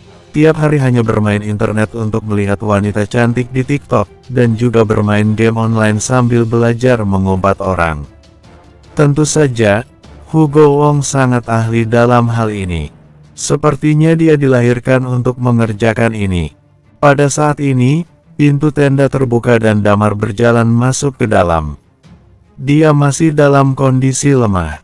Wajahnya pun putih pucat. Ketika Iman melihatnya, dia mengerutkan dahinya dan berkata, dia menggunakan jurus lonjakan kematian lagi. Damar tersenyum dan berkata, hanya ingin menguji Gold Ghost saja. Duduk, Iman melambai ke sofa di sebelahnya. Damar berkata dalam hati, ini dalam keadaan perang. Tapi dia masih menyiapkan sofa di tendanya. Patua kami, sudah sangat rapuh, lagi pula tidak bisa menikmatinya juga selama beberapa hari, ujar Iman berkata pada dirinya sendiri. Mendengar ini, Damar merasa sedikit tidak nyaman, tetapi dia tidak banyak bicara. Dia kemudian duduk di sofa itu. Setelah pertarungan, apa yang kau rasakan? Tanya Iman sambil tersenyum. Damar menarik napas perlahan dan berkata dengan serius, masih ada celah. Iman tersenyum dan berkata, yang penting kau sudah tahu, jadi tidak ada yang bisa menggantikan pedang ini. Hanya aku yang bisa menggunakannya. Damar ingin menyelanya, tetapi ketika dia sadar bahwa kekuatannya sekarang sedang melemah, dia sepertinya tidak memenuhi syarat untuk berargumen dengannya. Dia mengambil napas dalam-dalam dan diam. Aku menyuruhmu ke sini karena ada hal yang ingin kukatakan padamu, ujar Iman sambil menatap Damar. Katakan saja, ujar Damar yang merasa sedikit tertekan. Terlihat senyum di wajah Iman, kemudian dia berkata, pertama, kembalilah ke Night Watcher. Baik, Damar mengangguk dan setuju. Di sebelahnya, Hugo Wong mengangkat kepalanya, dan senyum di wajahnya lebih merekah, tetapi ada kesedihan yang tak mampu terucapkan dalam senyumnya yang merekah itu. Tanpa menyela pembicaraan mereka, dia menundukkan kepalanya lagi dan terus melihat data-data di tangannya. Interaksi antara Damar dan Iman memang sangat menarik. Damar dibawa ke Night Watcher oleh Iman. Saat menghadapi Damar, Iman memukul dan memarahinya setiap kali dia bergerak, dan dia tipe orang yang memarahi kesemuanya. Jika sudah seperti itu, Damar biasanya memilih untuk melawan dengan mengomelinya. Mereka berdua sudah seperti anjing yang melihat domba. Mereka harus mengomeli beberapa kalimat ketika mereka melihatnya, jika tidak mereka justru akan merasa tidak nyaman. Hampir tidak ada kesempatan seperti itu untuk duduk santai dan mendiskusikan berbagai hal dengan tenang. Tanpa diduga, kali ini, mereka duduk di sini dan berbicara dengan baik-baik. Tapi mereka bertiga semua tahu kenapa. Fakta di balik ini semua, tampaknya sangat menyedihkan. Mendengar perkataan Damar, Iman mengangguk puas dan berkata, hal kedua, setelah masalah ini, aku tidak tahu kapan Gold Ghost yang mungkin akan datang lagi, tapi aku pikir itu tidak akan terlalu jauh, tidak akan seperti kali ini. Setelah bertahun-tahun, waktu yang diberikan untukmu adalah paling banyak 2 atau 3 tahun. Kau harus memikirkan cara, sampai pada tingkatan ini jika kau cukup mampu untuk berduel dengan Gold Ghost itu sendiri, maka hanya kau satu-satunya yang memiliki harapan di dunia ini. Setelah mengatakan itu, dia melipat bibirnya dan berkata, mungkin Guntur juga memiliki harapan ini, tetapi dia masih terlalu muda, aku bisa menjaminnya. Damar perlahan menghela nafas, lalu dia terpikirkan sesuatu. membuka mulutnya namun tidak jadi mengatakannya. Iman kembali mengangguk dengan puas, lalu berkata, "Hal ketiga, seberapa banyak yang kau ketahui tentang Dr. T?" "Tidak banyak. Dia datang kepadaku sekali dan memberitahuku sesuatu yang dia ketahui," ujar Damar sambil mengangkat bahunya. "Dengarkan saja apa yang dia katakan. Adapun semua informasinya, ketika masalah ini nanti sudah selesai, Hugo Wong akan memberikannya kepadamu," ujar Iman. "Apa yang aku ingin katakan adalah, jangan percaya sepatah kata pun yang dikatakan orang itu. Selain itu, berhati-hatilah dengannya dan juga orang-orang di sekitarnya. Dia bilang dia sedang melakukan sebuah percobaan," ujar Damar. Iman mencibirnya dan berkata, "Percobaan? Orang ini mungkin tidak lebih buruk dariku." Ujar Damar sambil mengangkat alisnya. "Apa maksudnya tidak lebih buruk dari Iman? Itu berarti Dr. T telah mencapai tingkat di atas Gold Ghost. Atau Iman yang tidak memiliki efek samping dan dapat menggunakan pisau yang tak terhitung jumlahnya." Kelopak mata Damar berkedut kencang. "Lalu kenapa dia?" Di ucapan Damar, Iman melambaikan tangannya dan berkata, "Pilihan yang berbeda, tidak semua orang akan memilih untuk melawan para ghost ini. Tentu saja, tidak ada gunanya mengatakan itu sekarang." Setelah mengatakannya, dia melemparkan sepotong pakaian di atas meja ke Damar dan berkata, "Coba pakai." Damar mengambil dan melihat pakaian itu. Kemudian dia membuka lipatan pakaian itu dan langsung mengenakannya. Pakaian ini sama dengan pakaian Night Watcher, pasti akan terasa nyaman saat mengenakannya. Hal yang paling penting adalah pakaian ini memiliki beberapa perangkat logam di beberapa tempat terpenting. Walaupun aku tidak menyukai Dr. T itu, tapi aku sepertinya memang harus mengakui bahwa dia benar-benar seorang ilmuwan jenius. Seragam tempur generasi ini akan memiliki perubahan besar untuk Night Watcher. "Apakah kau tahu energi baru dari Ghost?" tanya Iman. Damar mengangguk dan berkata, "Aku tahu. Ini sangat mirip tenaga chi kita yang sebenarnya. Ya, seragam tempur ini selain bisa membuat tenaga chi kita lebih besar, kita juga bisa menggunakan energi dari seragam ini. Pada saat yang sama, perangkat logam dalam seragam ini bisa sangat meningkatkan mobilitas dengan energi. Bahkan, bisa melakukan penerbangan ketinggian rendah dengan jangka pendek. Kami telah mengujinya dan efeknya sangat baik. Namun sekarang waktunya terlalu singkat dan kami tidak memiliki sumber daya yang cukup. Setelah produksi beberapa hari ini semua hanya dialokasikan untuk tim Special Force, dan pertama kali memasuki medan tempur, tidak tahu dengan bagaimana efeknya nanti," ujar Iman sambil tersenyum. Damar perlahan menghela napasnya. Hal ini hampir dapat menyebabkan perubahan dalam mode pertempuran Night Watcher, yang memiliki efek sangat bagus untuk peningkatan Night Watcher. "Mungkin," ujar Damar sambil menelan ludahnya. Iman menggelengkan kepalanya dan berkata, "Tidak ada kata mungkin.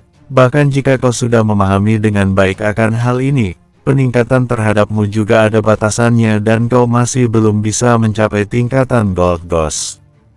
Jadi pedang ini hanya aku yang bisa melakukannya." Damar terlihat muram. Dia melepas seragam tempurnya dan berkata, "Aku akan mulai membiasakan menggunakan seragam tempur ini besok."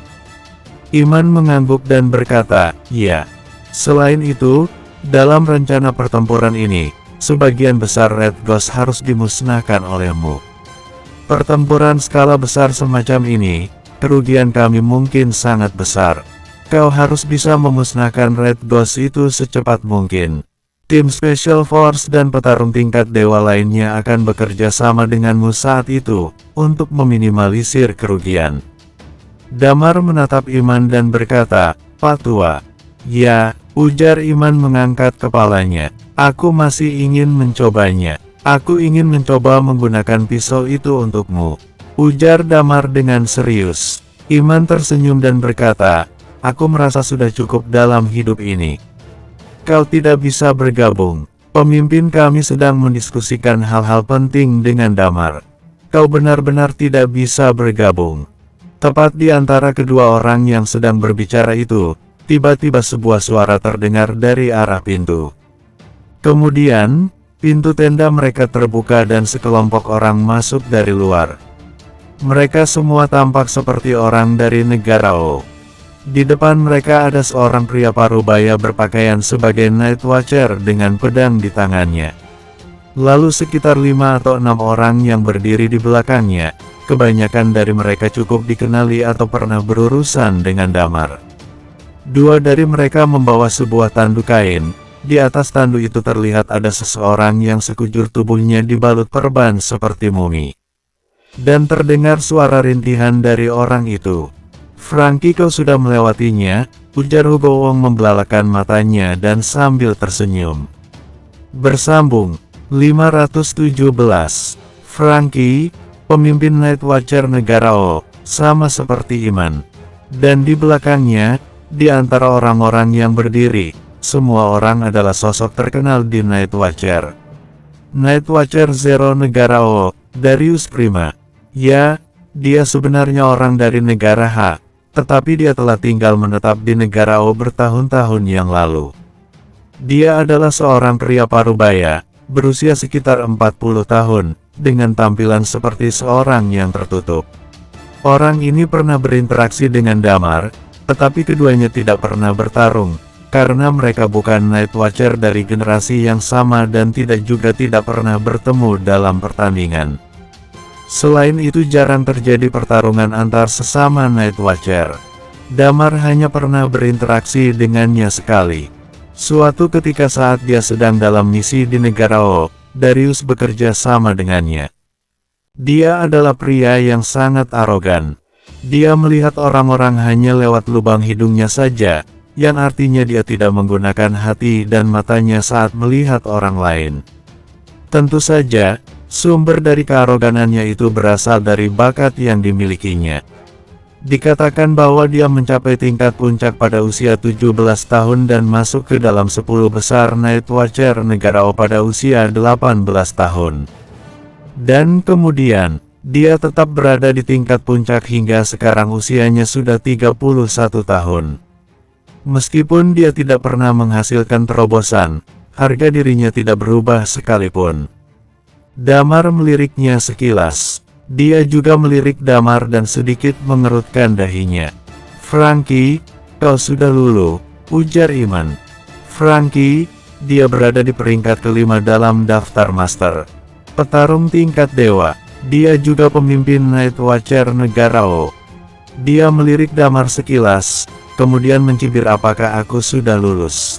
Kau sebaiknya bertanya pada Damar hal baik apa yang telah dia lakukan.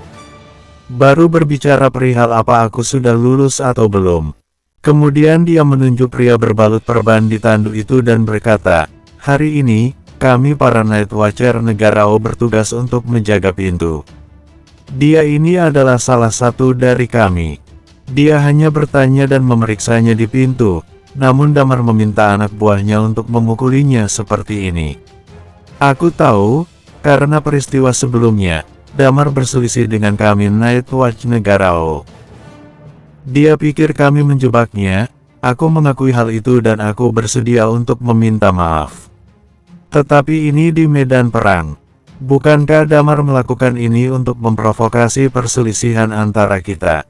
ujar Frankie dengan dingin. "Iman, kau harus memberiku sebuah penjelasan." Iman menatap Damar. Namun Damar hanya mengangkat bahunya dengan acuh tak acuh, lalu menatap Frankie dan berkata, "Memberimu sebuah penjelasan. Apa pernyataan yang kau inginkan? Mengapa kita tidak berlatih saja?" Frankie tercengang. Dia memandang Damar dan berkata dengan marah, "Damar, kau jangan keterlaluan, atau apakah kalian para Night Watcher negara H benar-benar ingin membuat kesatuan Night Watcher?" Ketika Iman mendengar ini, dia sedikit tertegun. Kemudian dia perlahan berdiri dan berkata, "Frankie, perkataanmu barusan, coba katakan sekali lagi." Ekspresi Frankie terlihat sedikit berubah. Lalu dia buru-buru berkata, "Aku terbawa emosi." Itu tidak benar, tapi anak bawahku terluka hari ini. Aku butuh sebuah pernyataan. Wajah Damar juga terlihat kesut. Dia duduk di sofa, menatap Franky dan berkata, "Katakan saja, kau ingin aku berbuat apa?" "Sangat mudah," ujar Franky dengan wajah muram, "karena orang-orangmu telah menyerang orang lain. Aku juga ingin orang-orangmu keluar dan mendapat perlakuan yang sama. Kalau tidak aku tidak bisa menjelaskan kepada orang-orang di bawah tanganku." Mendengar ini Damar mencibir dan berkata, "Bukan urusanku apakah kau mampu menjelaskannya atau tidak. Lebih baik kau pergi dari sini sebelum aku marah. Atau aku akan memukulmu seperti orang itu." Darius Prima membelalakan matanya dan berkata, "Damar, apakah kau pikir Iman adalah Night Watcher negara H milikmu, sehingga kau bisa berperilaku seperti itu? Apakah kau ingin memprovokasi perselisihan saat ini?" "Apa?" Damar memandangnya dengan kesal dan berkata, "Apakah kau akan berduel denganku? Aku sedang duduk di sini. Aku baru saja mengaktifkan jurus lonjakan kematian. Kau datang dan ingin melawanku, aku tidak bisa mengalahkanmu sampai mati." Sudut bibir Darius terlihat berkedut. Harga dirinya tidak ada apa-apanya di mata Damar. Pada saat ini, Damar mencibir dan berkata, "Sebelum kalian datang mencari masalah, kau seharusnya bertanya langsung pada penjaga pintu itu dulu, mengapa aku memukulinya." Dia memuja Dempsey. Setelah melihat bahwa kami adalah Night Watcher negara H, dia berkata sesuatu yang menyakitkan dengan mengatakan bahwa kami telah menjebak Dempsey. Cibir Damar. Siapapun yang memiliki pemikiran bodoh seperti itu, tampaknya sebagian besar dari kalian para Night Watcher negara O memiliki posisi kepala dan dengkul yang terbalik. Lalu dia berbicara hal yang tidak sopan terhadap Patua. Dia bilang Patua itu sudah mati. Apa yang akan terjadi dengan kau Night Watcher negara? Bahkan jika Patua itu mati, dia juga merupakan seorang pahlawan. Dia mati menjaga para bajingan seperti kalian. Orang itu dimana punya etika berbicara. Aku tidak memukul sampai membunuhnya. Kami sudah terhitung memberi muka untuk kalian para Night Watcher negara O, ujar Damar. Mengatakan sampai di sana, dia menjilat bibirnya dan berkata, "Sebelum saya meninggalkan Night Watcher, awalnya aku tidak mau mempedulikan kalian lagi. Sekarang, aku kembali sebagai Night Watcher lagi. Kebetulan memiliki sebuah perhitungan untuk kalian. Night Watcher negara O yang telah menjebakku dan mengirim orang untuk membunuhku beberapa kali, baik di kota LH maupun di Sin City," ujar Damar dengan santai. "Lalu akhirnya aku diperlakukan dengan tidak adil. Sekarang Night Watcher negara O kalian ini, apakah ada yang datang untuk meminta maaf kepadaku secara pribadi? Pasti ada penjelasan untuk masalah ini." Setelah mengatakan hal itu, dia mengangkat alisnya dan menatap Franky dan yang lainnya. Wajah Franky sedikit berubah. "Jelaskan secara perlahan. Aku punya banyak waktu." Damar duduk di sana dan berkata dengan tenang. Keringat dingin sudah mulai bercucuran di dahi Franky. Jika apa yang Damar katakan itu benar dan Night Watcher yang mengucapkan perkataan itu terlebih dahulu, maka apa yang dilakukan Damar itu bukanlah sebuah masalah. Dan juga melihat dari gelagat Damar, sepertinya dia tidak berbohong sama sekali, yang berarti pria yang berbaring di tandu itu berbohong. Franky memandang pria di tandu itu dan bertanya, apakah yang dia katakan itu benar? Wajah pria di tandu itu sedikit berubah. Dia ingin berbohong, tetapi pada saat ini, dia menemukan bahwa Damar dan Iman saling memandanginya pada saat yang sama. Matanya berubah, dia menggertakkan giginya dan berkata, "Ya, saya mengatakan sesuatu yang tidak boleh saya katakan, tetapi Dempsey adalah pahlawan Night Watcher. Apakah mereka tidak terjebak? Dan bahkan jika saya mengatakan apa yang tidak boleh saya katakan, mereka memukuli seperti ini." Wajah Franky berubah beringas ketika dia mendengar ini. Dia memandang Damar dan Iman, dan menemukan bahwa mereka sedang menatapnya. "Aku keliru dalam mendisiplinkan," ujar Franky dengan cepat. "Apa ini sudah cukup? Tanya Damar sambil tersenyum. Franky menggertakkan giginya dan berkata, aku akan menyingkirkan status Night Watcher-nya dan menyita semua propertinya. Ketika perang dimulai, aku akan menyuruhnya untuk berada di garis depan. Pria yang berbaring di tandu itu mengubah ekspresinya dan berkata, pemimpin.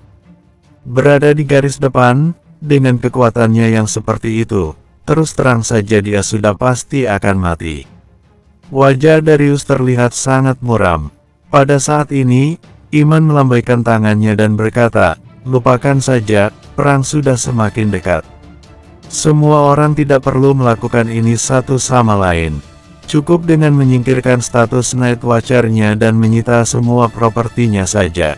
Lagi pula, nantinya Night Watcher harus bekerja sama satu sama lain.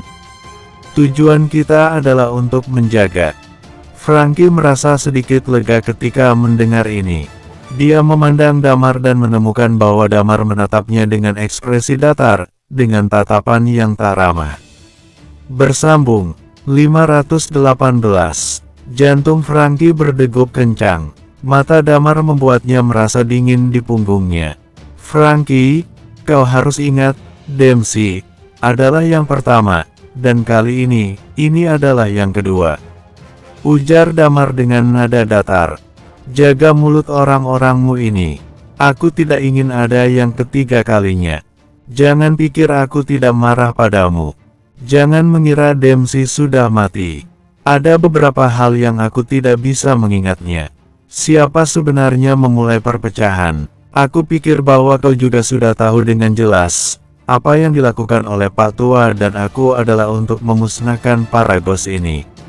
Adapun perebutan kekuasaan yang ingin kau lakukan di Night Watcher, aku tidak tertarik sama sekali. Setelah mengatakan itu, tatapan matanya sedikit dingin.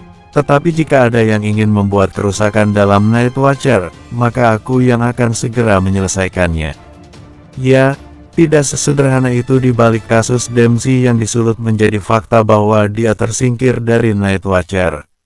Mereka curiga Iman ingin membuat sebuah kesatuan di Night Watcher, mengingat tuduhan yang tidak beralasan untuk membuat dirinya keluar, dan Iman hanya memiliki kekuatan di satu pedangnya itu. Jika Iman mati, siapa yang paling banyak mendapat keuntungan? Negara Hak kehilangan Iman, juga kehilangan Damar. Peringkat ketiga dalam daftar master adalah orang dari negara O.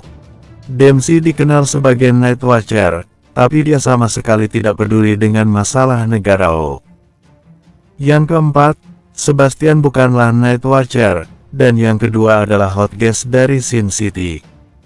Jelas, jika semua itu terjadi, yang paling diuntungkan adalah Night Watcher Zero negara O, Franky. Jadi Franky pasti sudah mengetahui serangkaian aksi dari sistem negara O. Bahkan Damar curiga bahwa ada semacam kerjasama antara dia dengan Dempsey. Tapi kemudian, ketika Dempsey mati, hanya ada beberapa banyak Night Watcher dari tingkat dewa. Selama mereka tidak membuat kesalahan dalam hal prinsip, Iman dan Damar tidak mempedulikannya. Mendengar ini, ekspresi Franky sedikit berubah. Darius mengerutkan dahinya dan tidak mengatakan apa-apa lagi. Mereka awalnya ingin mendapat pernyataan dari Damar, tetapi ternyata malah jadi merembet ke hal-hal seperti ini. Mereka tidak mendapatkan pernyataan itu, tetapi mereka dimarahi oleh Damar. Mereka semua seolah tidak berdaya. Intinya, mereka tidak cara untuk membantahnya. Pria yang terbaring di tanduk itu tampak begitu menyedihkan saat ini. Sebagai Night Watcher, dia sebenarnya memiliki beberapa industri di dunia biasa. Sebagian besar Night Watcher dapat menjalani kehidupan yang sangat kaya setelah mereka pensiun. Tapi sekarang, mereka akan menyita semua propertinya dan mengusirnya dari Night Watcher. Dia sudah besar kepala. Properti Night Watcher sebagian besar diserahkan kepada orang-orang profesional yang berjuang di luar negeri sepanjang tahun. Mereka tidak pandai dalam hal-hal seperti berbisnis. Tentu saja, dia memiliki banyak keterampilan dalam melakukan tugas. Pekerjaan itu tidak sulit baginya, tapi dia tidak punya gelar pendidikan. Ketika dia kembali, dia memiliki kemungkinan besar kehilangan hartanya sendiri. Dia hanya bisa memilih untuk menjadi pengawal. Bagi Night Watcher, ini benar-benar merupakan hal yang sangat memalukan. Damar dan aku masih ada sesuatu untuk dibicarakan. Kalian bisa pergi, ujar Iman sambil melambaikan tangannya. Franky perlahan menghela napasnya, lalu kembali membungkuk dan berkata, "Maaf." Ketika mereka sudah pergi, Iman menatap Damar tanpa ekspresi dan berkata, "Kau benar-benar pembuat onar. Kau baru saja datang ke sini dan bertarung dengan Night Watcher negara O." Hugo Wong melambaikan tangannya dan berkata, "Lupakan saja, jangan bahas masalah ini lagi. Damar, aku bertanya sesuatu padamu. Bagaimana pandanganmu tentang sekelompok bos ini? Maksudmu karena mereka tetap berdiam di sana, tidak pergi ke kota biasa dan juga tidak menyerang kita dan hanya bersembunyi saja di atas?" tanya Damar. Hugo Wong mengangguk dan berkata, "Ya, ini sudah 5 hari. Kecuali beberapa serangan tentatif di kedua pihak, mereka tetap berada di atas sepanjang waktu." Damar perlahan menghela napasnya. "Aku juga tidak tahu apa yang ingin mereka lakukan, tetapi satu hal yang dapat dikonfirmasi adalah bahwa tingkat peradaban bos jelas lebih tinggi daripada kita yang manusia. Menurut spekulasi kita, alasan mengapa mereka datang kepada kita mungkin untuk tulang-tulang itu. Lagi pula, Red Lotus telah mengumpulkan tulang-tulang ini untuk waktu yang lama, dan kali ini mereka tetap di atas." Berbicara sampai di sini, dia memandang Iman dan berkata, "Ketika kau membunuh Gold Ghost itu, apa yang akan terjadi? Apakah mereka akan masih konsisten seperti ini?" Iman menggelengkan kepalanya dan berkata, "Waktu itu, kota BJ sebelumnya tidak seperti ini. Pada saat itu, masih banyak orang yang tinggal di kota BJ. Kemudian, orang-orang berbakat ini dipindahkan, namun skalanya tidak sebesar seperti saat ini. Setelah mereka tiba, mereka tidak berbeda dari masa lalu. Kemudian mereka semua tersebar, kemudian terjadi penjarahan dan banyak orang yang mati saat itu." Mendengar ini, Damar memandang Hugo Wong dan berkata, "Aku merasa kita tidak bisa melanjutkan kebuntuan seperti ini. Meskipun kita tidak tahu tujuan mereka, aku merasa tidak baik bagi kita untuk melanjutkan kebuntuan ini. Dan itu tidak ada gunanya bagi kita, jadi aku sarankan, ayo kita mulai pertarungan ini secepat mungkin." Hugo Wong perlahan menghela napasnya. "Sebenarnya, kami juga sempat berpikir begitu. Hanya saja Pak Tua itu belum pulih sepenuhnya. Sebelum Damar datang, aku khawatir tidak mengatasi Red Ghost itu. Tetapi sekarang dia sudah ada di sini, aku bisa bergerak kapan saja," ujar Iman dengan tenang. Hugo Wong perlahan menghela nafasnya dan berjalan ke arah samping. Dia menekan tombol di atas mejanya dan berkata, "Pemberitahuan untuk semua kepala departemen, tingkat dewa, semuanya berkumpul untuk rapat." Mendengar ini, Damar tahu bahwa yang disebut rapat itu adalah mengumumkan waktu pertempuran. Dia mendongak dan berkata, "Aku tidak harus ikutkan. Semua tingkat dewa harus hadir," ujar Hugo Wong sambil mengerutkan dahinya. "Sebaiknya kau juga ikut. Waktu rapat ini tidak akan terlalu lama. Bawa lebih banyak beberapa set seragam tempur. Bawa semuanya ke lapangan untuk mereka beradaptasi dengan seragam tempur yang baru malam ini. Kau pergi saja ke bagian logistik untuk mengambil batu energi dan seragam tempur." Damar tersenyum pahit dan berkata, "Baiklah." Dia tidak terlalu menyukai suasana rapat, tetapi ketika Pak Tua itu berkata seperti itu, dia tidak bisa menolaknya. Dia pergi dengan seragam tempur di tangannya. Kemudian dia menanyakan di mana lokasi bagian logistik dan segera pergi menemuinya. Setelah semakin dekar, Damar melihat seorang wanita yang dikenalnya sedang duduk di pintu sebuah tenda besar. Dia sedang menggigit kuaci dan melihat sekeliling. Pada saat yang sama, dia terlihat menggumamkan sesuatu di mulutnya. "Kak Sandrina."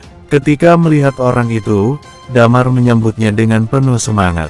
Ketika wanita itu melihat Damar, wajahnya juga menunjukkan kegembiraan. Dia berdiri dan melompat ke arah Damar dengan penuh semangat. Namun yang terlihat jelas darinya adalah dia ada sedikit kelumpuhan di kakinya, dan lengan sebelah kirinya patah. Namanya Sandrinayan, kecantikan yang berada di era yang sama dengan Tirta. Suatu kali, dia juga anggota tim Tirta, tetapi di tim Tirta, dia bertanggung jawab atas bagian logistik. Dia juga orang yang berbakat di generasi Tirta. Dia adalah Night Watcher terbaik dari generasi itu, tetapi kemudian dia menderita cedera permanen saat berada dalam medan perang. Tangannya dan kakinya cedera karena ulah dari Ghost itu. Jadi dia tidak bisa bertarung di garis depan medan perang. Pada saat itu, walaupun dia sudah memiliki kekurangan itu dalam dirinya, banyak orang di Night Watcher yang bersedia menikahinya, tetapi dia tidak memilih untuk menikah. Dia masih harus pergi ke garis depan. Meskipun dia tidak bisa pergi ke medan perang, bahkan jika dia hanya bertanggung jawab untuk logistik, dia tidak mau meninggalkan kota BJ. Karena sama seperti Nidia, Tessa dan Tami, keluarganya meninggal saat Ghost itu datang. Kemudian dia bertanggung jawab atas logistik di tim Tirta dan selalu bekerja dengan sangat baik. Selama Damar berada dalam tim Tirta, Sandrinayan sangat merawatnya dan memperlakukannya seperti saudara sendiri. Hubungan mereka sangat baik. Kemudian, ketika Damar meninggalkan tim Tirta untuk membentuk tim sendiri, awalnya dia ingin meminta Kak Sandrina untuk bertanggung jawab atas logistik timnya sendiri. Tetapi karena mereka membentuk tim Special Force, dia tidak perlu ditempatkan dan tidak membutuhkan logistik. Pada tahun-tahun berikutnya, Sandrinayan menjadi kepala logistik Night Watcher Negara H. Meskipun di kota BJ, tetapi Sandrinayan menjaganya dengan sangat baik. Meskipun dia sudah berusia 40 tahunan, tetapi dia terlihat seperti baru berusia 30 tahunan. Damar lalu memeluknya, dan berkata sambil tersenyum, "Kak Sandrina, kau sekarang sudah semakin tua ya." Sandrinayan yang awalnya kaget mendengarnya kemudian dia langsung menjewer telinga Damar dan berkata, "Hei bocah, kau masih saja tidak sopan." "Au au au," ujar Damar dengan tergesa-gesa, "aku baru saja bertarung dengan Gold Ghost, dan mengaktifkan jurus lonjakan kematian. Jika orang lain melihat adegan ini, mereka pasti akan sangat terkejut." Damar, killer god dunia bawah tanah, telinganya dijewer oleh seseorang. Bersambung 519. Mendengar apa yang Damar katakan, Sandrina sangat terkejut. Dia segera melepaskan tangannya dan berkata, "Kenapa kau berada di posisi terlalu dekat dengan maut lagi? Kau masih saja suka bertindak gegabah." Damar membantunya berjalan dan duduk di kursi, kemudian dia mengambil kursi dan ikut duduk di sebelah Sandrian. "Kak, aku juga tidak terlalu mengerti apa yang terjadi. Setelah aku hampir mati, tidak ada efek yang terlalu signifikan pada tubuhku. Hanya saja, aku merasa tenagaku belum pulih sepenuhnya. Mungkin setelah istirahat beberapa jam aku bisa pulih sepenuhnya," kata Damar sambil tersenyum. Sandrina memukul Damar dengan kesal, "Ada atau tidak efek pada tubuhnya, yang jelas jangan selalu berada di ujung kematian lagi." Damar mengangguk berulang kali untuk mengiyakan ucapan Sandrina. Melihat Damar yang mengangguk patuh, Sandrina tersenyum puas lalu berkata, "Saat kau hilang, banyak yang bilang kalau kau terbunuh dalam pertempuran. Bahkan aku menangis beberapa hari karena hal itu. Lalu bagaimana kau akan menebus semua air mataku yang sudah aku keluarkan untukmu?" Damar menjawab dengan wajah bingung, "Air mata 3 tahun lalu dan aku harus menebus itu." "Tentu saja," kata Sandrina. "Kalau begitu, aku akan membalasnya dengan membunuh beberapa ghost, bagaimana?" kata Damar sambil tersenyum. "Boleh juga," kata Sandrina lalu berdiri. "Kau kesini mau ambil baju perang dan batu energi kan? Ayo ikut aku." Damar mengikuti Sandrina menuju tenda berisi persediaan seragam dan logistik lainnya. Sandrina berkata di sela langkah mereka, "Oh iya, aku dengar dari orang-orang. Apa saat kau menghilang selama 3 tahun itu, kau menikah? Katanya kau ditindas dan direndahkan oleh istri dan ibu mertuamu. Damar mengerutkan keningnya, sepertinya masalah pribadinya sudah menyebar luas di Night Watcher negara H. Dia berdeham dan berkata, aku amnesia saat itu. Kemudian, setelah Damar menceritakan garis besar cerita hidupnya, Sandrina mendengus kesal. Aku ingat, kau tinggal di kota JC kan saat itu. Saat perang ini selesai, bawa kakakmu ini ke JC. Aku ingin bertemu ibu mertuamu itu. Berani-beraninya dia merendahkanmu begitu. Damar tersenyum sambil menggaruk kepalanya yang tidak gatal. Sandrina sudah seperti kakak kandungnya sendiri. Dia selalu tidak terima kalau Damar mendapatkan perlakuan buruk dari orang lain. Aku sudah mengurus masalah ini, Kak. Lagi pula dia hanya mantan istri dan mantan mertua. Aku tidak banyak berhubungan dengan mereka lagi. Kau tidak perlu memikirkan hal ini, fokus saja cari pasangan dan segera menikah, kata Damar. Sandrina menunduk dan melihat tangan dan kakinya. Dia tersenyum pahit, tapi aku seperti ini. Damar mengerutkan kening lalu berkata, aku lihat sepertinya Tirta tertarik padamu, Kak. Mungkin dia sedang menunggumu. Kalau aku bertemu Tirta aku akan mengatakannya. Kalau sampai dia tidak menikahimu, aku akan habisi dia. Allah. Sandrina memutar matanya dan berkata, selama Paragos masih ada di dunia ini, aku tidak akan menikahi siapapun. Akhirnya mereka sampai di tenda. Damar melihat ada begitu banyak persediaan barang yang ada di sana. Semua ditata rapi, berurutan sesuai kelompok barangnya. Sandrina mencari beberapa pasang seragam tempur dan memberikannya pada Damar dan berkata, aku tidak tahu yang benar-benar terjadi di medan perang. Tapi kalau Iman melawan Gold Ghost, aku takut. Mata Sandrina berkaca-kaca. Di antara para Night Watcher, sebagian besar dari mereka sangat mengagumi Iman. Kak, pada saat ini, Damar memandang Sandrina dengan serius dan berkata, aku janji tidak akan membiarkan orang tua itu mati kali ini. Sandrina mengerutkan kening dan berkata, kau ini, ingat, jangan melakukan hal yang bodoh. Kalau sampai terjadi sesuatu padamu, hal itu tidak akan bagus. Iman pernah bilang kalau kau adalah harapan Night Watcher. Tenang saja, kata Damar sambil tersenyum, kau tidak lupakan, aku sekarang sudah masuk daftar master. Kita lihat nanti ya, kata Sandrina sambil tersenyum menggoda. Kemudian dia bergumam, Damar, kali ini, kita bisa menang, kan? Tentu saja, Damar menatapnya dan mengangguk dengan pasti. Saat kau menang nanti, ajak Talia, Lilia, Dewan dan Chris. Ayo kita makan bersama. Tim kalian yang berjumlah 8 orang, kini hanya tersisa 5, kata Sandrina. Aku harap kali ini kalian semua bisa bertahan. Pasti, aku tidak akan membiarkan mereka pergi, kata Damar sambil tersenyum. Baiklah, kata Sandrina, kau pasti sibuk mempersiapkan diri. Cepat kembali ke pasukanmu, kalau semua ini sudah selesai, kita akan bertemu lagi. Damar mengangguk. Damar membantu Sandrian duduk di dekat pintu, lalu mengucapkan selamat tinggal dan kembali ke tendanya.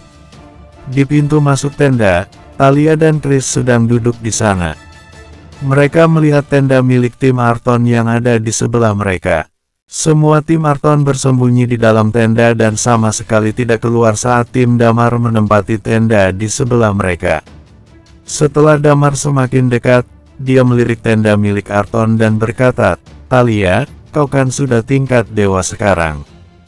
Jangan membuat orang lain ketakutan. Di tenda, Arton yang ada di dalam mendengar ucapan Damar dan berkata, brengsek, lihat, dia sengaja bicara dengan keras supaya kita mendengar. Apa dia takut kalau aku tidak tahu mereka itu tingkat dewa? Sengaja sekali. Meskipun dia berkata demikian, Arton sama sekali tidak berencana untuk keluar tenda. Damar memberikan seragam tempur dan berkata, ini seragam tempur yang baru. Kita akan mencobanya nanti malam, Hal ini supaya memudahkan kita untuk beradaptasi dengan seragam yang baru.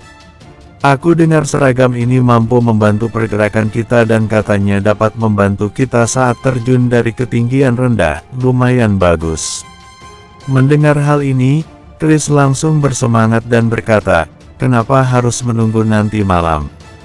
Kita coba sekarang saja. Tidak bisa, Thalia, Raisa dan Pugu, kita harus datang rapat, kata Damar sambil menghela nafas. Pertempuran dengan para ghost mungkin akan dimulai besok. Raisa mengerutkan kening dan berkata, aku tidak ikut. Pugu juga menjawab, aku juga. Damar cukup terkejut dengan jawaban mereka berdua. Raisa berasal dari Sin City, di sana dia adalah orang teratas. Dia terbiasa bergerak bebas dan tidak cocok kalau harus duduk manis dan ikut dalam rapat. Dan untuk Pugu, dia masih merasa kesal, jadi dia tidak akan bersedia untuk ikut. Setelah berbicara, Pugu langsung mengambil sebotol alkohol dan masuk ke tenda. Damar menoleh ke satu-satunya harapannya. Nah, Thalia, ayo kita pergi. Thalia mengangguk dan berkata, ayo. Pugu dan Dewan keluar dari tenda, ikut duduk di sebelah Chris. Sambil memegang seragam miliknya, Dewan berkata, Kak Pugu, kita coba seragamnya sekarang saja. Toh kita juga tidak melakukan apa-apa. Oke, kata Pugu sambil menenggak anggur dan berganti pakaian. Mereka bertiga pun pergi ke bagian belakang tenda. Saat mereka pergi, Tim Arton berkata, Ketua, siapa yang mengatur posisi kita bersebelahan dengan mereka? Aku merasa terganggu dengan mereka. Arton mengangguk setuju dan berkata, aku akan mencari orang supaya bisa jauh dari mereka. Atau saat mereka sudah kembali, aku akan menyuruh mereka pergi ke tenda yang lain. Tidak mungkin Ketua, orang-orang ini terlalu mengerikan, kata Moss sambil bergidik ngeri. Hanya dalam beberapa tahun, Damar dan Thalia bisa mencapai tingkat dewa. Bahkan Damar sudah berada di nomor 3 daftar master. Arton menjawab, berhenti bicara. Aku akan cari orang untuk mengubah posisi tenda dulu.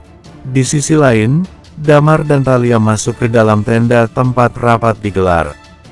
Begitu mereka masuk, mereka melihat meja panjang dan sudah ada banyak orang yang duduk di kursi.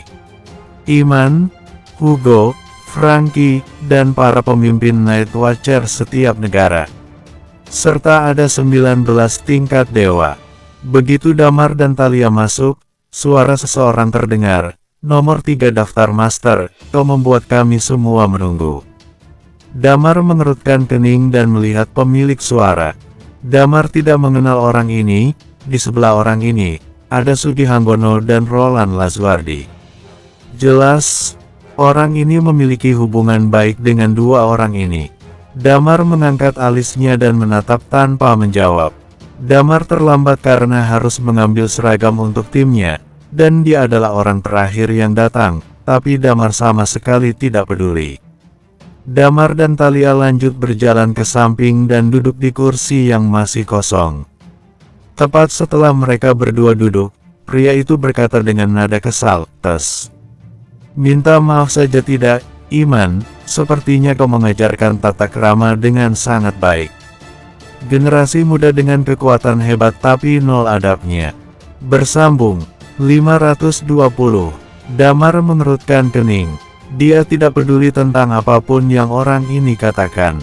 Bagaimanapun, rapat kali ini harusnya segera dilakukan karena bersifat mendesak karena menyangkut kelangsungan hidup seluruh umat manusia dan Damar tidak tertarik dengan masalah pribadi. Tapi Damar tidak menyangka, orang ini tetap menyudutkannya walaupun dia sudah diam. Damar hanya terlambat selama 3 menit. Iman menatap lelaki itu dan berkata dengan lemah, "Master Waterlily, izinkan aku mengatakan beberapa kata." Aku yang meminta Damar. Dia baru saja melewati keadaan kritis. Membiarkannya istirahat sebentar rasanya tidak berlebihan, kan? Hah, aku sangat kesal saat membicarakan hal ini. Damar, apa maksudmu? Apa tidak ada aturan? Kau naik ke gunung untuk memprovokasi Gold Ghost dan hampir membuat perang maju lebih cepat. Apa kau memikirkan konsekuensi apa yang akan kita dapatkan? Hah, kalau sampai... Damar menyipitkan matanya. Saat Iman menyebut nama, Damar tahu siapa orang ini.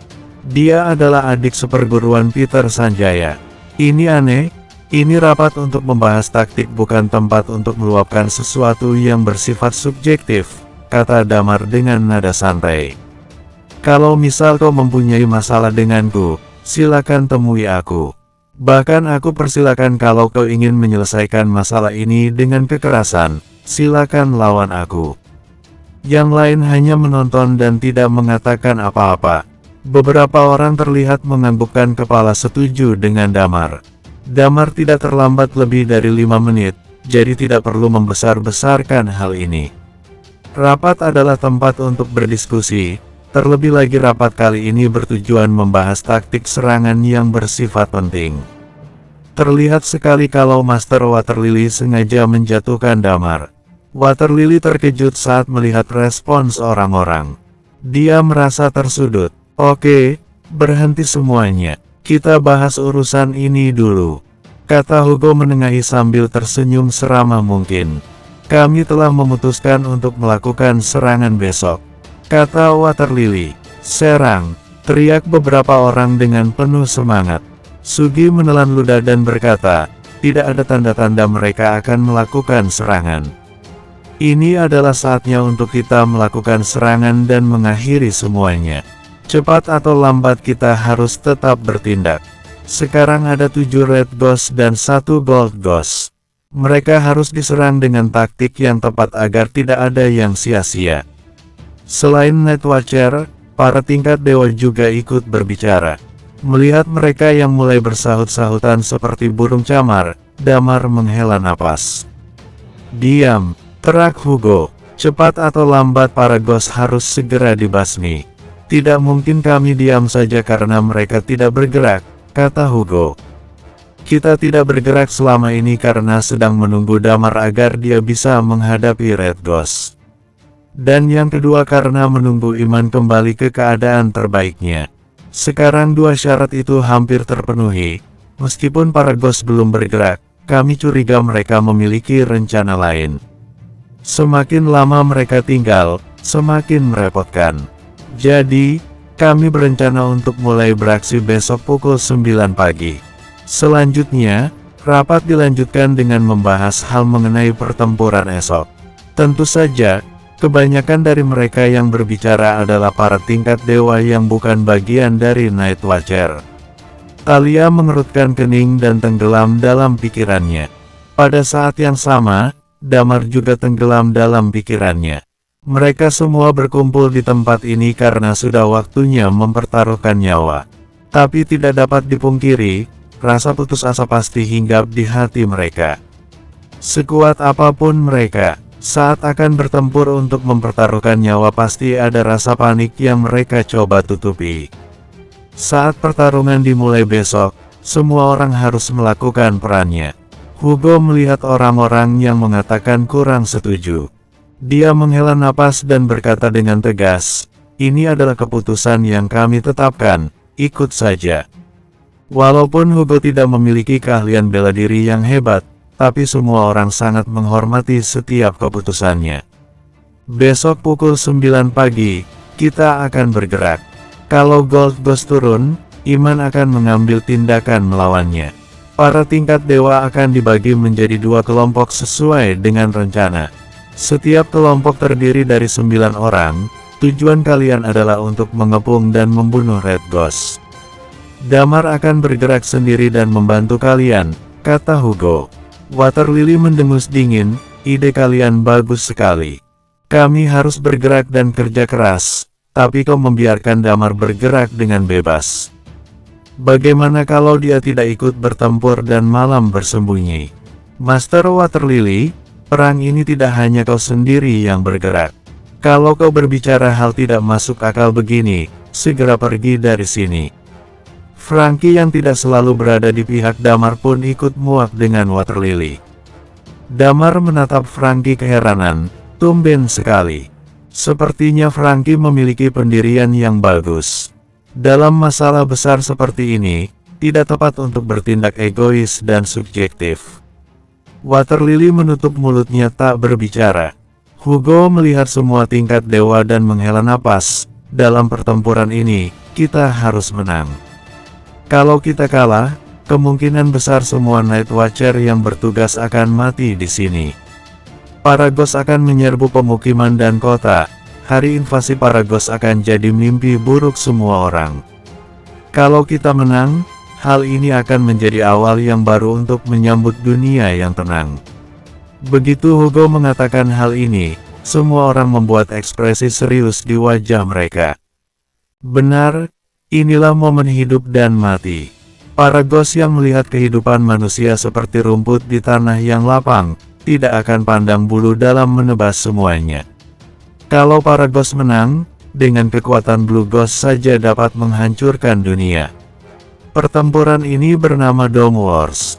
Kata Hugo lalu berdiri dan melanjutkan, semuanya, kembali ke tenda kalian dan bersiaplah.